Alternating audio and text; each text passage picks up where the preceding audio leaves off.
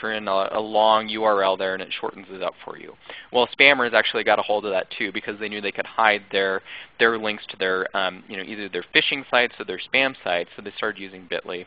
ISPs again saw the correlation between spam and these links. So these URL shorteners have bad reputation. So if you use them in your email, it's probably being blocked or filtered because of the reputation of that.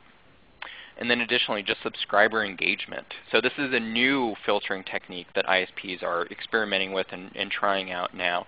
And the reason why is really due to gray mail. So gray mail is a concept developed by Microsoft where they were polling their subscribers and found that a lot of the opt-in email that they were receiving, that they were reporting as spam, was email that they just didn't want right now. That didn't really fall in the spam category, and it didn't really fall into the welcome category. It fell into that middle gray area, and so that's why they call it gray mail. And so what they're doing is they're looking at how often a subscriber interacts with that message. For example, deleting without reading the message could count negatively against you if they do it for over a certain amount of time. If your subscribers are continually opening your emails, that will count as a positive subscriber engagement, and the likelihood of your messages reaching the inbox for that particular subscriber then greatly increases.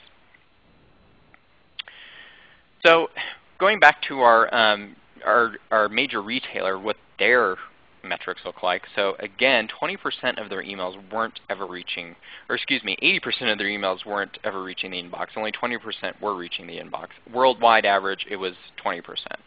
They also had a very high bounce rate. So these bounce rates, again, are addresses that no longer exist. Perhaps they did at some point and they signed up for them and they just abandoned them. And their bounce rate was at 76%. Now again, this is actually something that a majority of your email service providers, so these third-party providers that send mail on your behalf, they'll handle for you. I would say probably 90% of them out there in the world do a very fantastic job at this.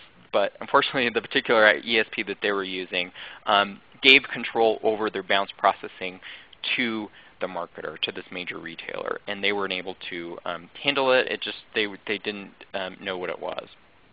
And then also they had specifically a subcategory of the bounce rate, unknown users. So these again are just the addresses that were abandoned, was at 17%. To put that in perspective, a good mailer has unknown user rates less than 1%.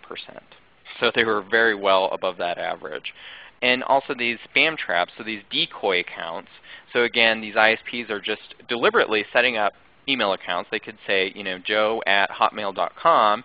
They're not going to sign up for any marketing messages, but they're going to